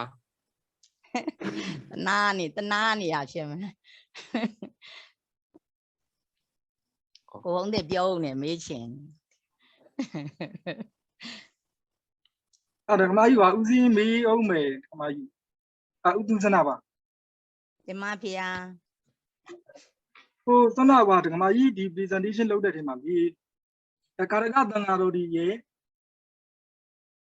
ဥပ္ပစေဆရာရေဟုတ်တယ်အဲ့ဒီမှာဦးဇင်းတို့နောက်ဆုံးပါတော့တောင်းပန်ကြားတဲ့ဟာလေးတွေရှိတယ်ပေါ့နော်ဒီမဗျာအဲ့တော့ဟိုမကြီးပြောတဲ့ထဲမှာဥပ္ပစေဆရာတော်ကအောက်ကဒီရဟန်းတစ်လေးကိုသင်္ကန်းတွေပါဒီထောက်ပံ့ချီးမြှင့်ရမယ်ဆိုတဲ့ဟာလေးလေးပါတယ်နော်တာဖုံဖုံတင်သွားတဲ့ထဲမှာပါတာပါဗျာဖုံဖုံလည်းတင်သွားပါတယ်ဗျာဟုတ်ကဲ့မပေးလဲရပါတယ်ဗျာတပည့်တော်အမှန်ဒီလိုပါဖုံဖုံရဲ့ဒီလိုပါဦးစင်းရဲ့ဟိုဟာဖုံဖုံစတင်တဲ့ထဲမှာလည်းပါသွားပါတယ်ဒါကိုတပည့်တော်တို့တွေအနေနဲ့ record အနေနဲ့ယူထားတာပါဗျာဟိုတကယ်ကကြတော့ဟိုဆရာနဲ့တပည့်ဆိုတာလေတပည့်တော်တို့အပြင်မှာတောင်တပည့်တော်တို့ဆရာတွေနဲ့တပည့်တွေနဲ့ဆိုတပည့်တော်တို့ကဟိုအသက်ကြီးလဲတွေ့တဲ့နေရာမှာဂါရဝထားပါတယ်တကယ်လို့ဆရာတပည့်တော်တို့တွေကကျောင်းသားတွေကမြင့်မားသွားပြီးတော့ဆရာတွေကအသက်အရွယ်ရရောနှိမ့်ကျသွားခဲ့ရင်လည်းတပည့်တော်တို့တွေကပံ့ပိုးကူညီရမှာဆရာပါပဲအဲ့တော့ပံ့ပိုးကူညီပေးတယ်ပေါ့နော်ဆရာတွေကမြင့်မြတ်နေတဲ့အချိန်မှာဒီမြင့်မားနေတဲ့အချိန်မှာလည်းကျောင်းသားတွေစာသင်ခန်းထဲမှာဟိုကျောင်းစရိတ်တွေစာအုပ်တွေမရှိခဲ့ရင်လည်းထောက်ပံ့ခဲ့တာပါပဲတပည့်တော်တို့ငယ်ငယ်ကလည်းဆရာတွေကတပည့်တော်တို့စာတော်တာတွေရောဟို စင်ရတာတို့ဘာတို့ဒီလိုခေါင်းစဉ်မျိုးစုံနဲ့ဆရာတွေကထောက်ပံ့ကြတာပေါ့နော်အဲ့တော့တပည့်တော်တို့ရဲ့ယင်ထဲမှာဟိုကိုကူညီလို့ဆုံးထောက်ပံ့ထားတာလေးကယင်ထဲမှာအမြဲရှိတယ်ပေါ့နော်အမြဲရှိတော့ဘယ်အချိန်မှာပဲဖြစ်ဖြစ်ဒီဆရာဟာတပည့်တော်တို့ယင်ထဲမှာကြောင်းနေပါတယ်ဟိုပေးရမယ်လို့ဟိုဆရာတိုင်းလည်းမပေးတယ်လို့တပည့်တိုင်းလည်းမလှူပါဘူးဒါပေမဲ့ဟိုဂါရဝတရားနဲ့ဆရာရဲ့တပည့်တွေကိုချီးမြှောက်ထောက်ပံ့လို့တဲ့ဆရာနဲ့ဆရာတွေကိုဂါရဝတရားထားတဲ့တပည့်တွေမှာတော့ဟိုပိတ်ကန်းခြင်းဆိုတာပံ့ပိုးလှူဒန်းခြင်းပဲဖြစ်ပါတယ်ဘုံဘုံရဲ့အဲ့တော့ပေးရမယ်လို့တော့ဟိုတရားဝင်မသတ်မှတ်ထားပေမဲ့ကိုမှပူချင်နေတဲ့အချိန်မှာတပည့်လိုအပ်နေတဲ့တပည့်သားမီးလေးတွေကိုပေးအပ်လှူဒန်းခြင်းဖြင့်လဲတပည့်တွေရဲ့ယင်ထဲမှာလိုအပ်နေတဲ့လူကိုလှူခြင်းကလိုအပ်နေတဲ့အချိန်မှာလှူတာဟာယင်ထဲမှာဆွဲသွားပါတယ်အဲ့ဒါဒီဥပိ္ပဇေဆရာဖြစ်လို့ဟိုဘယ်လိုပြောရမလဲဟိုလေးစားတာဓာတ်ကိုကိုယ့်ရဲ့လိုအပ်နေတဲ့အကူအညီတစ်ခုကိုအမှတ်တရနဲ့ဂုံပြုတဲ့အနေနဲ့ချီးမြှောက်တဲ့အနေနဲ့ပေးတဲ့အလှူတစ်ခုကိုယင်ထဲမှာဆွဲပြီးတော့ဒါတဏှာဒီဘက်ဘဝတစ်ခုလုံးအထိကိုဒီဆရာဟာတန်ဖိုးမရှိတာကိုပေးသူလိုအပ်နေတဲ့အချိန်မှာပေးတဲ့အတွက်ချီးမြှောက်ထောက်ပံ့မှုပုံကိုအဖြစ်ဆရာတပည့်တည်းရဲ့ယင်ထဲမှာအမြဲရှိနေမှာပါဘုံဘုံဟိုပေးရမယ်လို့တရားဝင်ကြီးမသတ်မှတ်ထားတော့လေဆရာရဲ့ဝတ္တရားတပည့်ရဲ့ဝတ္တရားတွေနဲ့ကို့မှာပြည်လဲရင်ဆရာကပေးတယ်တပည့်ကပြည်လဲရင်ဆရာကိုထောက်ပံ့တဲ့အားဖြင့်ဒါကုသိုလ်တစ်ခုကိုယူတယ်လို့ပဲတပည့်တော်တို့ကသတ်မှတ်ပါတယ်ဖေဟာဆရာတော်ဟောတင်ကြားခဲ့တဲ့အကြောင်းအရာလေးကိုလည်းတပည့်တော်တို့က record အဖြစ်တင်နေတာဖြစ်တဲ့အတွက်ဒီစာကြောင်းလေးကိုလည်းထည့်လိုက်တာပါတပည့်တော်တို့အပြင်လောကမှာလည်းကိုယ်ဆရာတွေကိုအခုချိန်ကြီးထောက်ပံ့တယ်လို့ဆရာများကလည်းတပည့်တော်တို့ကိုသူတို့ပြည်လဲတဲ့အချိန်ဒီမှာထောက်ပေးအပ်နေသေးပဲရှိရတယ်တပည့်တော်တို့တွေကဆရာတွေကိုချစ်ပါတယ်ဗျာဟုတ်ပါတယ်မိုက်ဦးစင်းကဒီဘာလေးသိကျင်တာလေးဒီတိကသုံးပုံနေမှာပေါ့အဲ့ဒီလိုမျိုးထောက်ပံ့တဲ့ဒီသမိုင်းကြောင်းတစ်ခုခုညာကြားဘူးတလားပေါ့နာဘူးတလားပေါ့ဒါလေးနောက်မေးပါအောင်ဦးစင်းပြောရတယ်ဖြေပါမယ်နောက်ကျတော့ပြန်ပြီးတော့ဟိုပါပေါ့နောက်ကြောင်းသားလည်းမေးပါအောင်ဒကမာကြီးမှမဟုတ်ဘူးဒီလိုရဟန်းခံတဲ့ကိစ္စမျိုးတွေကိုဆရာတော်တန်ဃာတော်တွေလည်းပဲတာမန်ပဲသိတာဟိုလေးလာတဲ့ဒီဟာကိုလေးလာတဲ့ဘုန်းကြီးတော့သိတာပေါ့နော်ဘုန်းကြီးတိုင်းတော့မသိဘူးအဲ့ဒီကိစ္စဒီခုနဘုန်းကြီးနှစ်ပါးမေးသွားတယ်လေခုနလိုဝိညာကမပရိဝါဆိုတာကဟိုပေါ့အင်္ဂါ၅ချက်နဲ့ပြည့်စုံရင်ရဟန်းခံလို့ရတယ်လို့ပြောပြီးတော့မှတခါဟိုဆရာတော်ကမေးတယ်လူသားစင်စစ်ဖြစ်ရလားယောက်ျားစင်စစ်ဖြစ်ရလားဘာညာလဲအဲ့ဒါမေးတာ73ခုဆိုတာရှိတာဟော73ခုနောက်အနာယောဂကင်းရလားဆိုတဲ့ဟာတွေကိုမေးတော့အဲ့ဒါတွေကြတော့သူကတခြားစာအုပ်မှာပါတာပေါ့နော်မဟာဝါစာအုပ်ထဲမှာပါတာပေါ့ခုနကဘုန်းကြီးမေးတဲ့၅ချက်ကြတော့ဟိုတခြားစာအုပ်ထဲမှာကင်္ခါစာအုပ်ထဲမှာပါတဲ့ခါကြတော့မဟာဝါစာအုပ်မတက်ဘူးတဲ့ဘုန်းကြီးကြတော့ခုနဟာတွေကဘာလို့ဆက်ပြီးတော့မေးနေအောင်ရဟန်းခံမှာ၅ခုပြည့်ရင်ပြီးရတာနဲ့ဘာဖြစ်လို့လောရတာလဲဆိုတော့မေးခွန်းနေရှိတာပေါ့ဒါပေမဲ့ခုန73ချက်ဆိုတဲ့ထက်မှလည်းဘုန်းကြီးတွေကတော့တိမ်ထဲမှာကြောင့်ရှင်းပြရတာပေါ့လေဘာကြောင့်လူသားစင်စစ်ဖြစ်ရလို့မေးရလဲဘာလို့ယောက်ျားစင်စစ်ဖြစ်ရလို့မေးရလဲဘာကြောင့်အမေဘေခွင့်ပြုရတာလို့မေးရလဲဘာကြောင့်ဇာသူရဲ့သမိုင်းနောက်ခံအကြောင်း73ခုရှိရင်73ခုရဲ့နောက်မှာ story ရှိတယ်ဒါပေမဲ့ဦးဇင်းတို့စာသင်ရတာကြောင့်အဲ့ story တွေပါအကုန်ပြောနေလို့ရှိရင်ပြီးမှမဟုတ်တော့ဘူးအဲ့ဒါနဲ့ပဲ story အကုန်လုံးမပြောဘဲနေတာပါသူအကြောင်းမဲ့တော့ဒီဟာတွေကမေးတာမဟုတ်ဘူးအကြောင်းတွေရှိတယ်အဲ့အကြောင်းတွေရဲ့မူရင်းကိုသိကျင်လို့ရှိရင်တော့မဟာဝါပါဠိတော်မြန်မာပြန်ပေါ့နော်ပါဠိလိုဖတ်တတ်ရင်ဖတ်တတ်မဖတ်တတ်ရင်အဲ့မြန်မာပြန်ထဲမှာအကုန်လုံးပါပါတယ်အဲ့ဒါဖတ်လိုက်လို့ရှိရင်ဒီ73ခုကဘာလို့မေးရတာလဲဆိုတော့သိသွားရောပေါ့နော်သူရဲ့အထကရာတိကလည်းဖိုင်တော့အဲ့တဲ့လေးနေတဲ့ဟာတွေတော့တွေ့အောင်မှာပေါ့ခုနဆရာတော်ပြောသလိုပဲဒီခုနယဟန်ကျင်းကိုဆရာကျင်းကိုတပည့်ကျင်းတွေရောတကယ်ရှိရလားဆိုတဲ့အခါကျတော့ဦးဇင်းတို့ကတော့အဲ့ဒီနေရာမှာ2နေရာရှိရပါတော့ဘုန်းကြီးကအထောက်ထားမေးတာပေါ့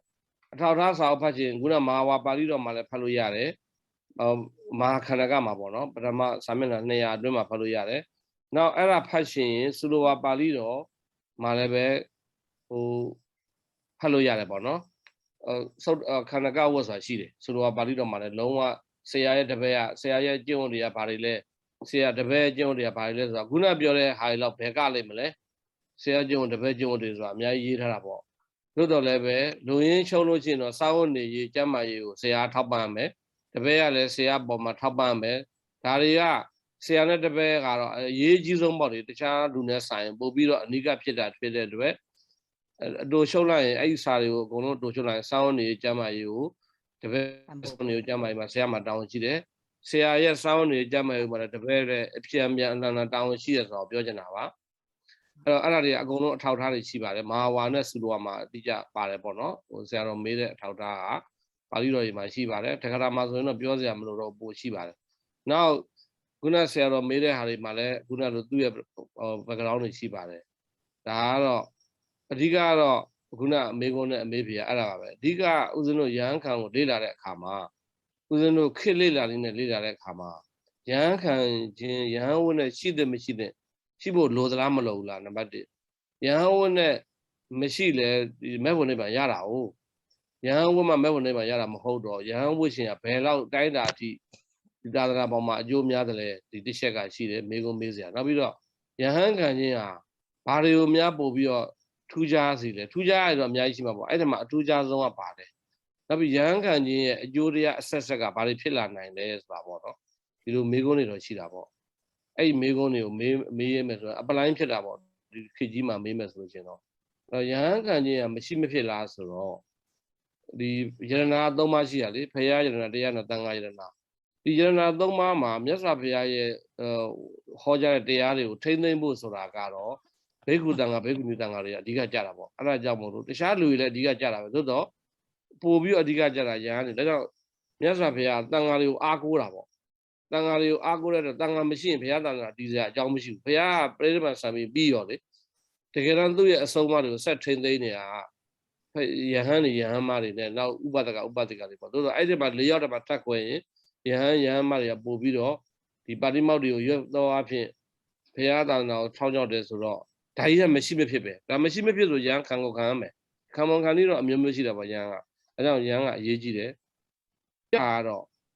့ဒီယဟန်တွေရှိတဲ့အတွက်ယဟန်အဖွဲ့အစည်းကယဟန်သိက္ခာတွေကိုကျင့်ဝတ်လေးလာနိုင်တယ်ဖရာရဲ့အသွင်ပင်တွေကိုထိန်းသိမ်းနေတယ်ဒါကြောင့်မို့လို့ထူးခြားလေးနဲ့ကသာသနာတော်ကြီးကိုရှည်နေတာပေါ့သာသနာကိုရှည်စေတယ်ထူးခြားအကျိုးဆက်ကတော့အများကြီးပဲယဟန်တွေရှိတော့အပြင်အကျိုးမဲ့လည်းရှိတော့ရှိမှာပေါ့ဒါပေမဲ့ယဟန်ကောင်းတွေကိုမှီပြီးတော့အကျိုးမဲ့ဆိုတာတော့မဖြစ်နိုင်ဘူးအကျိုးမဲ့ဆိုတာယဟန်ရေရှင်းမပြေးသွားတဲ့ယဟန်တွေမှီပြီးတော့အကုသိုလ်ဖြစ်တယ်တော့ရှိတော့ရှိတာပေါ့သို့တော့ကုသိုလ်နဲ့အကုသိုလ်ပြန်ကြည့်မယ်ဆိုရင်ဘိက္ခုတန်ခါတရဏံတရဏံကိစ္စမရှိတော့အပြင်အကျိုးမဲ့ဆိုတာကရာခိုင်နှုန်းကနည်းနည်းပဲရှိတာပေါ့နော်200ခိုင်နှုန်းလောက်ပဲရှိရင်ရှိပါပေါ့ကျန်တဲ့98ရာခိုင်နှုန်းကဒီသာသနာတော်ကြီးမှာအများကြီးကုသိုလ်တွေဖြစ်ဖို့တွေများတဲ့အတွက်ဒါအရေးကြီးတယ်ဆိုပြီးတော့ဒါဖြေရမှာပေါ့အဲ့ဒါပါပဲရဟန်းကလည်းပတ်သက်လို့လောကကြီးမှာအပလိုင်းဖြစ်တာတော့လေကျန်တဲ့အကျိုးတွေလည်းရှိတယ်နောက်ပြောမယ်ဆိုရင်တော့ဒီအကျိုးကဝီနိသာသနာလေးတည်နေတယ်ဘုရားသာသနာကြီးထုံးကန်ကြီးညိုသေးတဲ့လူတွေကြီးညိုလာတယ်ကြီးညိုလူတွေပိုကြီးညိုသွားတယ်ဆိုတာရှိတယ်ပေါ့အဲ့ဒါမှအပြန်အားဖြင့်သာသနာတော်မှာအဲ့လိုမဟုတ်တာလည်းရှိတော့ရှိတယ်ပေါ့ဘေးထွက်ဆိုးကျိုးဆိုတာရှိတော့ရှိတယ်ဒါပေမဲ့ဘေးထွက်ဆိုးကျိုးကနည်းပါတယ်ကောင်းတာတွေများတဲ့အတွက်ဒီသာသနာယဟန်ခံယဟန်ပြုခြင်းကိစ္စလိုကိုလိုအပ်တယ်နောက်ပြီးတော့နောက်ဆုံးမြတ်စွာဘုရားပြောထားတာယဟန်လည်းပဲပုထုဇဉ်ဖြစ်တဲ့အတွက်အကုသိုလ်တွေရှိတယ်လူလည်းအကုသိုလ်ရှိတယ်အဲ့တော့ရှင်ဒေဝဒကြီးကိုယဟန်ခံပေးတာပေါ့နော်ယဟန်ခံပေးတော့လဲစိုးမှာပဲယဟန်မခံလဲစိုးမှာပြီးတော့လူဆိုးစားတာပါလာတာဟုတ်အဲ့တော့ယဟန်ခံပေးလိုက်တော့ပြင်တည့်ရတဲ့ဘာလို့ယဟန်ခံပေးရတာလဲဆိုတော့ယဟန်ခံပေးလိုက်တာနဲ့တပြိုင်နက်ရှင်ဒေဝဒကြီးကဇန်နေပါရရလို့နောက်ဆုံးပြစ္ဆေကဘောတာတယောက်ဖြစ်အောင်မယ်ဒီယဟန်ရေးပြီးတကယ်လို့သူယဟန်ခံမပေးဘူးဆိုတော့ဒီလူကဆိုးမှာဒီတဲ့နှစ်ပြန်တော့ဆိုးရဆိုမှာသို့တော့သူ့ကိုတန်တရာအနာမကုတ်ပေးနိုင်ယဟန်ခံပေးသွားပြင်ဆိုးတာတော့ဆိုးတာပဲသို့တော့တန်တရာအနာကုတ်ပေးနိုင်တယ်အဲ့လောက်ဒီယဟန်ခံပေးတဲ့ဟာကြည့်ရနောက်ပြီးတော့ယဟန်ဝတ်ခြင်းကအကျိုး18မျိုးရှိတယ်ဆိုတာမျိုးတွေမိရိနာပညာမှာလည်းရှိပါတယ်ထားပါတော့ဘာပဲပြောပြောအကျိုးများလို့မို့လို့ယဟန်ခံတဲ့ကိစ္စမရှိမဖြစ်လိုအပ်တယ်သာသနာတော်နဲ့ပတ်သက်လို့ရှိရင်ပေါ့နော်အရေးကြီးတယ်ဆိုတော့ပြောချင်တာအဲ့ဒါပါပဲဒါဒကမကြီးရဲ့ယဟန်ခံနဲ့ပတ်သက်ပြီးတော့ဖတ်သွားမှတ်သွားတဲ့ဟာတွေအားလုံးစီအင်မတန်မှသိလျော်ပါတယ်လျှောက်ပတ်တယ်မေးတဲ့မေးခွန်းဆရာတော်တွေလည်းပ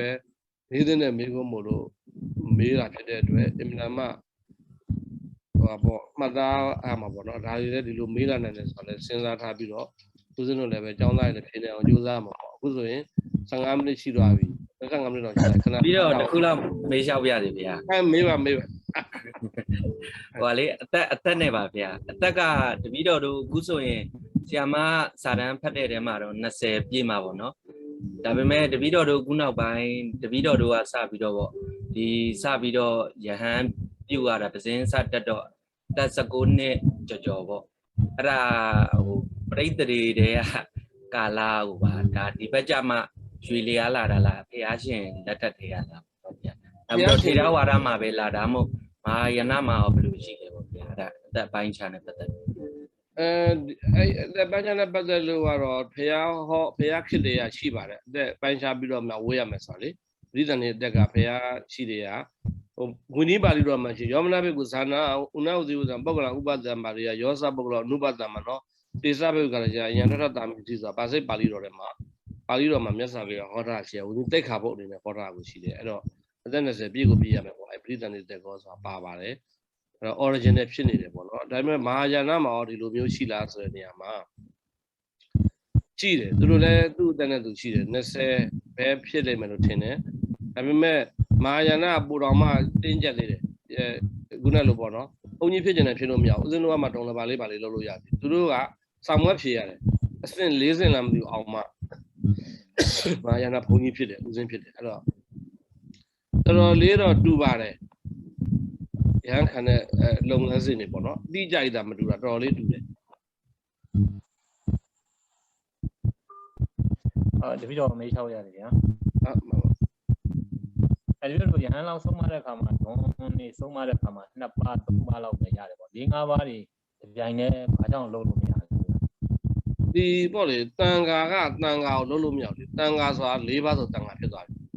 ပုဂ္ဂိုလ်ပဲရဟန်းခံပေးရလေတန်ဃာနဲ့တန်ဃာကိုရဟန်းခံပေးလို့မရဘူး4ပါးဆိုတန်ဃာဖြစ်သွားပြီအဲ့ဒါကြောင့်မို့လို့4ပါးကိုရဟန်းခံလို့မရဘူး3ပါးအလုံးလုံး3ပါးဒီပုဂ္ဂိုလ်လို့ပြောတယ်ဝိနည်းပါလေအဲ့ဒါကြောင့်မို့လို့4ပါးကိုရဟန်းခံလို့မရဘူးကျောင်းဒီလိုဟိုဖြစ်တဲ့အခါမှာဆိုရင်ဝေးရပါအင်္ဂါချွတ်တဲ့ပုဂ္ဂိုလ်ဆိုရင်ခံပြီးမပေးရဘူးလို့ပြောတယ်ပေါ့နော်ဘယ်လိုအင်္ဂါတွေချွတ်တဲ့လို့ရှိရင်ယောက်ျားဘယ်လိုအင်္ဂါတွေချွတ်လို့ရှိရင်အဓိကကတော့ရဟန်းခံပေးတာမဟုတ်ရဟန်းဖြစ်တယ်မျက်စိကန်းတဲ့ဘုံကြီးနှာခေါင်းပြတ်တဲ့ဘုံကြီးခြေထောက်ပြတ်တဲ့ဘုံကြီးလက်ပြတ်တဲ့ဘုံကြီးရဟန်းမခံပေးရလို့တော့ဘုရားဟောတယ်ဗျာရဟန်းမခံပေးရဘူးသူတို့32မျိုးတောင်ရှိတယ်ရဟန်းမခံပေးရတာမှဥစဉ်နူနာနူအာရမအနူတိုင်းတော့မဟုတ်ဘူးအရည်ရွယ်ပြီးတော့လက်တွေခြေထောက်တွေပြတ်နေတယ်လို့မခံပေးရအောင်ဒါပေမဲ့အတွင်းထဲမှာနူနာယောဂပျောက်ခါစားဒါမှမဟုတ်ဒီရင်ပတ်နဲ့ဖုံးနေတဲ့ဟာမျိုးကြောကုန်းမှာနူနာယောဂဖြစ်နေရဟန်းခံပေးလို့ရပါတယ်လူမမြင်ရဘူးဆိုရင်အဓိကကတော့ဘာလို့နူနာတွေရဟန်းခံမပေးရအောင်ဆိုအကြောင်းတွေတော့အများကြီးရှိရပါဟိုပါပေါ့တချို့ကဘုန်းကြီးဝတ်ချင်လို့မဟုတ်ဘဲနဲ့နူနာယောဂပျောက်ချင်လို့ဘုန်းကြီးဝတ်လာရှိရလေဆရာစီကကျင်မှာစိတ်ကူးကျင်လို့ဘုန်းကြီးဝတ်လာလည်းရှိတယ်အဲအကြောင်းမလို့နူနာယောဂဒါတစ်ချက်နောက်တစ်ချက်ကဒီတန်ဃာတွေဆိုတာလူတွေကဥရှခံတယ်မြင့်မြတ်တဲ့နေရာတွေထားတဲ့နေရာမှာဘုန်းကြီးကဟိုအားလုံးယောဂတဲ့ဆိုသူများကူးမှစိုးနေရရဲ့တန်ဃာအထွတ်မြတ်ထားတဲ့ပုံကတော့စမတ်ကတော့ကြာအောင်မှဖြစ်မှာဆိုတော့ကြီးညိုစရာမကောင်းတော့ဘူးဆိုရင်မကောင်းအဲ့လောက်တင်မကောင်းအသားမဲလုံးနဲ့ဘုန်းကြီးဝတ်လို့မရဘူးပူလွင့်နဲ့ဘုန်းကြီးလုံးဝတ်မရဘူးရှည်လွင့်နဲ့ဝတ်လို့မရဘူးသူကပရိသတ်ဖြစ်စည်းတဲ့အနေထားဆိုရင်ဝတ်လို့မရဘူးဒါကမဝတ်ရင်ဘာဖြစ်လို့တချို့ကြတော့ဘုန်းကြီးတော့ဖြစ်တယ်ဖြစ်ဘုန်းကြီးဝတ်ပေးတဲ့ဘုန်းကြီးတွေအာပတ်တဲ့နဲ့အကြီးတော့မဟုတ်ပါဘူးဗျာဒုက္ခပါပဲသို့တော့ရဟန်းတော့ဖြစ်တယ်သို့တော့ဘာသာသနာမှာရှုရင်းလုံးဆိုတော့မကြည်ညိုသေးတဲ့လူတွေကမကြည်ညိုကျင်တော့ဘူးစမတ်မကြတဲ့ဘုန်းကြီးတွေများတယ်ဗဒ္ဒနာဘူဇိဗဒ္ဒဗဒ္ဒနာဘယောဒုက္ခတွေဖြစ်ကုန်တာပေါ့အဲ့ဒါကြောင့်မို့လို့ဒီလိုမျိုးမဖြစ်အောင်လို့သာသနာတော်မှာစမတ်ကြအောင်လို့နည်းနည်းတော့ရကြရည်ကြလောက်တပြည့်လောက်တော့ရှိတော့အဲ့လောက်တော့ရှိမှာပါနော်ဘုန်းကြီးဖြစ်ပြီးတိတ်ပြီးတော့စမတ်မကြရင်မကြိုက်သေးဘူးဗျာနော်အဲ့ဒါပါပဲဒီကတော့ဥပရောပြီးမှာဆိုရင်ပန်းတုပ်တွေဖြစ်တဲ့အခါမှာဆိုရင်အဲ့ဒါလည်းမအဲ့ဒါတော့မရဘူးဗျာပန်းတုပ်ကတော့မရဘူးသူကဒီလိုရှိရပန်းတုပ်က5မျိုးရှိတာပက္ခပန်းတုပ်ဆိုရင်15ရက်ယောက်ျားဖြစ်တယ်15ရက်မိန်းမဖြစ်တယ်ဆိုရင်တချို့ကလေငါ15ရက်တွင်ပြောင်းပြောင်းသွား15ရက်တွင်တော့ဘုန်းကြီးဖြစ်လို့ရတာပေါ့15ရက်ကျော်ရင်မရတော့ဘူးအဲ့ဒါမျိုးရှိကြတယ်ဒါပေမဲ့လေငါမပြောင်းမနဲ့ယောက်ျားစိတ်စစ်မဟုတ်ယောက်ျားစိတ်စစ်မဟုတ်ပဲနဲ့မိန်းမစိတ်နည်းနည်းလေးပေါက်နေတဲ့ပုံကိုဆိုရင်ဘုန်းကြီးရဟန်းခံပြီးလို့ရတာမသိဘူးကြုံအောင်မှာပေါ့နော်ဩအချောက်ကိုရဟန်းခံပေးလာမေးတာအဲ့လိုမလားမတော့ဟိုပေါ့ဘာမှတော့မဖြစ်ပါဘူးသို့တော်လည်းပဲစရရဘယောဒုက္ခနဲ့ရတော့မကောင်းဘူးလေဟိုရဟန်းခံတဲ့ပုံကိုရဟန်းခံတယ်ဆိုတာလူတကာကြည်ညိုဖို့တာဝနာတောင်ထင်းစင်းဖို့ဆိုသူ့ဂျူဒီတွေရှိတယ် တာဝန်ကိုပြည့်စုံအောင်မထမ်းနိုင်တဲ့ပုဂ္ဂိုလ်တာဝန်တော့မပေးတာကောင်းတာပေါ့နော်ခုနလောက်ဒီချုပ်ရင်းတာတောင်မှဥစဉ်ရှောင်းစိုးယောဂဖြစ်တာညင်းယောဂဖြစ်တာတောင်မှ तू ကအမေဘေကခွင့်ပြုတာမှရဟန်းမခံပါနဲ့ဆိုမှတော့အခုနအပြစ်ကပို့ပြီးတော့ဆိုးတာပေါ့လေယောက်ျားလိုလိုမိန်းမလိုလိုနဲ့ခံထူးတွေပေါ့နော်အဲ့လိုမျိုးတွေမပြုတာကတော့ပို့ပြီးတော့တာသာတော်အတွက်ကိုအရေးပါတယ်ပေါ့နော်အဲ့လိုပုံစံတွေပြောလို့ရဟန်းခံတယ်ဗျအဲ့တော့ကြတော့ကိုတော့တပည့်တော်တို့ဟုတ်ဒါကတော့ရဟန်းခံတဲ့နေရာမှာအရှင်ဘုရားခုနပြောသလိုဒါကနားမလဲဘူးဝိနည်းနားမလဲတဲ့အခါကျတော့တချို့ဆရာတော်ကြီးတွေဆိုတန်ခါအပ90လောက်တွဲပြီးရဟန်းခံတာရှိသေးတယ်အရှင်ဘုရား3ပါးတော့မကပဲနဲ့သူကဘာဖြစ်လို့လဲဆိုတော့ဝိနည်းကိုမေ့နားမလဲတာပေါ့ဝိနည်းနားမလဲပဲနဲ့လည်းတစ်ခါလေသာသနာပြုမိတာရှိတာပေါ့နော်အဲ့ဒါကြောင့်မလို့ဝိနည်းကတော့ထိုက်တဲ့တော့လေတော့တတ်ထားအောင်မကြိုက်ပါလေဝိနည်းအပြင်မှာကြည့်ရတာဗျာသူတို့ကအဲ့လိုပုံကိုလို့မခံယူဘဲနဲ့အပြင်မှာကြည့်အောင်နဲ့နှွဲ့နှောင်းပြီးတော့အဲ့လိုမျိုးဖြစ်နေတယ်ပေါ့လေဆိုတာဒီမှာအဲ့ဒါတော့ခုနလိုပေါ့နော်ယောက်ျားစင်စစ်ဖြစ်ရလားဆိုတဲ့ဟာမေးတာရှိတယ်အဲ့မှာရှင်မဖြေရင်တော့မှဟုတ်ခဲ့ပါလို့ယောက်ျားတော့ပြောအဲ့ဂန္ဓုကအဲ့လိုဖြစ်မှာမဟုတ်ဘူးဘယ်လိုဖြစ်မှမသိဘူးသူပြေချင်တယ်လို့ကိုယ့်ကဖြေမှာလည်းအလုပ်ကမဖြစ်ဘူးနော်အဲ့မှာအဲ့လိုတရားဟိုပါပေါ့အဓိကတော့ရှင်မအမှန်နဲ့အလွယ်ဆုံးချင်းဆုံးပြောရင်ထိုက်တဲ့တာဝန်ကိုထမ်းဆောင်နိုင်ရမယ်စမတ်ကြရပဲသာသနာပြုတဲ့ဘုန်းကြီးကိုဘုန်းကြီးဆိုတာအဲ့ဒါနဲ့မှမကိုက်ညီလို့ချင်းတော့ဒါမပြုရဘူးပေါ့ဗျာပြောမယ်ဆိုဒါကတော့အရှင်နေကြည့်ပြီးတော့မြတ်စွာဘုရားနေပြီးတော့ပြညတ်တာအဲ့ခုနကလိုပြောတဲ့နေရာမှာတချို့ကြတော့ဝိနည်းဘေသစ္စခန္ဓာကမှာရှိတယ်မြတ်စွာဘုရားမပြင်းမစပင်းစီရလားကားစီရလားမြတ်စွာဘုရားလည်းတကမှာစပင်းမရှိတာကားမစီရပါလို့ဆိုပေမဲ့လို့လူတွေရဲ့မြန်မာလက်မခံလို့မရဘူးသူကအဲ့ဒါကြောင့်ဘာပြောလဲဆိုတော့သာသနာတော်နဲ့လျော်ညီလားမလျော်ညီလားတင့်တော်လားမတင့်တော်လားအရေးကြီးတယ်တဲ့မြတ်စွာဘုရားပြင်းညတ်မပြင်းညတ်ဆိုတာလေကိုယ့်နဲ့ကိုအဲ့လိုမျိုး၄မျိုးပြတာရှိပါတယ်ဗျအဲ့တော့သာသနာတော်နဲ့မလျော်ညီဘူးမတင့်လျော်ဘူးဆိုလို့ရှိရင်ဘုရားဟောဝိနည်းထဲမှာမပိုင်တောင်မှဒါကိုဆုံးဖြတ်လို့ရတယ်သာသနာတော်အတွက်အကျိုးမများဘူးဆိုရင်လေအဲ့ဒါမျိုးအဲ့ဒါကိုဘာပရိသတ်ရေးမှလို့ဒါလို့တော့တခုလောက်သိချင်ပါတယ်ဗျာဟုတ်ပါဗျာဟိုတကယ်တော့ဟိုးစားပါဟိုဥနောဘတမနာတိုင်ထက်တာဗျတိုင်ထက်တဲ့အခါမှာဟောဥပ္ပဇ္ဇေမတူဘူးလေဗျာဒါတော့အဲ့ဒါတွေကနည်းနည်းသက်ဖြစ်လို့ပါဗျာဥပ္ပဇ္ဇေမတူတော့ဒါတော့နှစ်ပါးပြိုင်နှစ်ပါးထပ်မယ်ဆိုလို့ရှိရင်ဥပ္ပဇ္ဇေမတူလို့ရှိရင်တပားစီခွဲဖက်တာဟိုအစဉ်ပြေလားချိုးတွေတပည့်တော့ချိုးတွေကြုံဘူးတယ်ဗျာအေကုန်းနဲ့တပားစီနှစ်ပါးဖတ်ပြီးတော့တပားစီကိုငဲ့ပြီးတော့ဖတ်တယ်ဗျာအဲ့လိုအေကုန်းနဲ့နှစ်ပါးဖတ်တာအောင်နှစ်ပါးကိုတပားစီအတွက်ကိုအေကုန်းနဲ့ငဲ့ဖတ်တယ်ဗျာအဲ့လိုလေးတွေတွေ့ဘူးလို့အဲ့ဒါကျွန်တော်ဖုံဖုံဟိုစားဆရာတော်ဘုရားဘယ်လိုလေးဟိုစားဖြစ်ပါလဲဗျာအဲ့ဒီကိစ္စတွေကတော့ဟိုပေါ့ဘုန်းကြီးနေမှာလည်းအဲ့ဒီပြဿနာရှိရသိတယ်မလားဒီမှာပြောတော့ကမောစာ၄ခုပြင်၄မျိုးထွက်တာလေနာဂောဇနာဂောဇနာဂတတတိဟာလို့နာဂောဇဆိုနောက်တကအဲ့ဒီနာဂတွေများနေပြန်ရင်လည်းပဲဟိုပါပေါ့ပထမတစ်ဆိုင်နာဂ1 2 3ပေါ့နော်ဒုတိယတစ်ဆိုင်နာဂအဲ့လိုမျိုးတွေဖတ်ကြတဲ့အခါနောက်ခွင့်ပြုကဆိုလို့ရှိရင်လည်းပဲတချို့ဆရာတော်ကြီးတွေကြတော့အဲ့ဒီနေရာနဲ့ပတ်သက်လို့သရာရေးရတယ်ဆိုင်တာဗျတချို့ကဥမာများနေနဲ့နာဂောဇလို့မဆိုဘဲနဲ့နာဂောနာဂေပေါ့နော်ဟိုပုရိသောပုရိတာလို့ပေါ့နာဂောနာဂနာဂေအဲ့လိုသုံးသလိုဧကုန်းနဲ့ဘူကိုတပားကြော်ရင်ဟိုပါပေါ့အခုတော့နာမည်မမဲ့တော့ပဲတဲ့လုံးပြီးတော့ဆိုလိုက်တာတမျိုးရှိတယ်စကားနီးရဒါမှမဟုတ်လို့ရှိရင်လည်းမဟုတ်ဘူးတပားကြော်ပေမဲ့လို့အဲ့လိုမဟုတ်နာဂ1 2 3ဆိုနာဂောဇဒါမှမဟုတ်ရင်နာဂောဇတိဟောဇဓာတ်တော်ဇလို့လည်းဆိုတာရှိတယ်ပေါ့နော်အဲ့လိုအမျိုးမျိုးငဲဆိုတဲ့အခါရှိတယ်အဲ့ဒါကြတော့ခုနဟိုနီး3နီးဖြစ်သွားတာပေါ့နော်နာဂောဇဓာတ်တော်ဇတိဟောခါဆိုလို့နာမည်အတိအကျမဲ့လိုက်ရင်တစ်ခေါက်ထဲနဲ့ရတယ်ခုနနာဂောနာဂပါညာနဲ့ဧကုဘူဘုံ2မျိုးယူနေတစ်ခေါက်ထဲနဲ့အဆင်ပြေတယ်ခုနနာဂော1နာဂ1နာဂ2နာဂ3ဒုမဟုတ်နောက်တစ်ဆိုင်နဲ့နာဂ1နာဂ2ဆိုရင်တော့အဆိုင်တိုင်းကိုဒီလိုတော့လိုက်ပြီးတော့3ခုစီကိုရွတ်ပေးရမယ်အဲ့လိုမျိုးပါဗျာအဲ့လိုဆိုတော့ဟိုဒီညတ်ထားလည်းတစ်ခါတည်းမကဘူး9ပါးဆိုရင်3ခါထားပါဗျာအဲ့ဒါတော့ပိုစိတ်ချရတယ်ဟိုက Taraya ya the lowness to be melebe. Do a Taraya and Moody Bureau, you are para Sagabio Rabono. And I know about a good amount of Domulachina, I will go so no de Camale.